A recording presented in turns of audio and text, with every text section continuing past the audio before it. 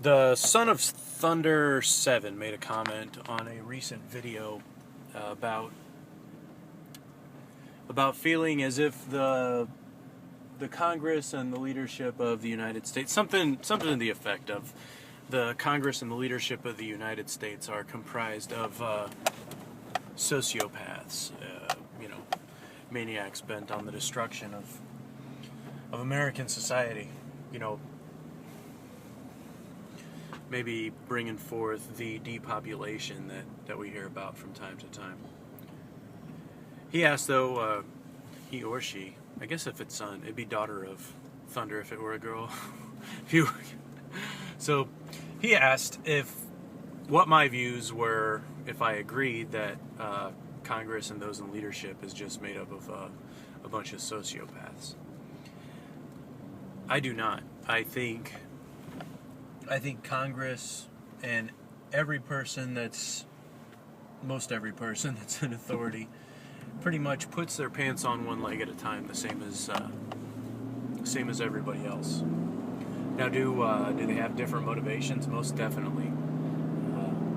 I think there's good people on the Hill, there's bad people on the Hill, there's people in the middle, there's people that's just their job, and there's people that's what their family expected them to do and they dislike it. But they're generational Congress people. As a rule, I don't care for politicians as,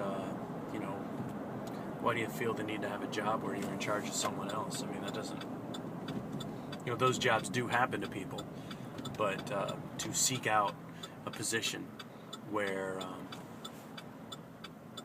you're kind of in charge is not really cool. The other thing, I believe also a problem with them is they feel they're in a position of privilege and entitlement. Personally, I don't see that as the case, but I think it's become the status quo that if you become a congressperson, you're somehow some sort of royalty now. They go in their big Cadillacs and with the flag going, and legal immunity for many different acts.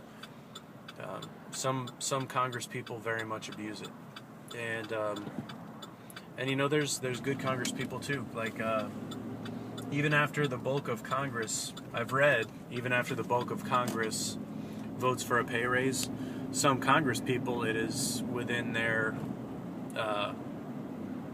decision whether or not to take it. Like some of them don't. I don't know the names right offhand. It just happened in my research. So personally, it is my opinion, like you take the Organic Act and things like that with America the Corporation, I don't come to those same conclusions when I read those papers. I don't automatically think that Congress people are working for the banks. However, that isn't to say that the country doesn't eventually move itself into a position where we elect bankers or high-powered businessmen to leadership positions, and then by the time we do it, we think, oh, thank goodness, somebody in there that knows something about money. Well, I mean, that's not always the case. It'd be somebody who may just know more about exploitation, and that's not always the best decision for government.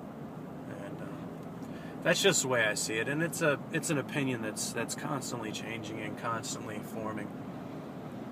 Now, when you have a bunch of senators that pass a bill like Senate Bill 1867, it really makes you wonder, are these people evil, incompetent, or just ignorant of a complete bypass of something like due process?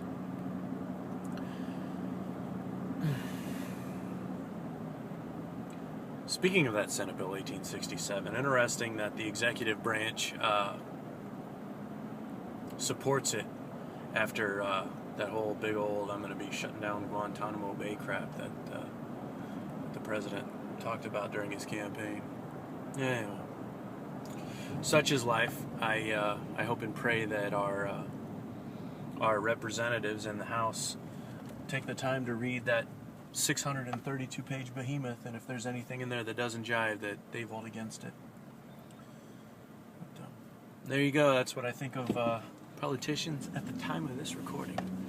Y'all take care.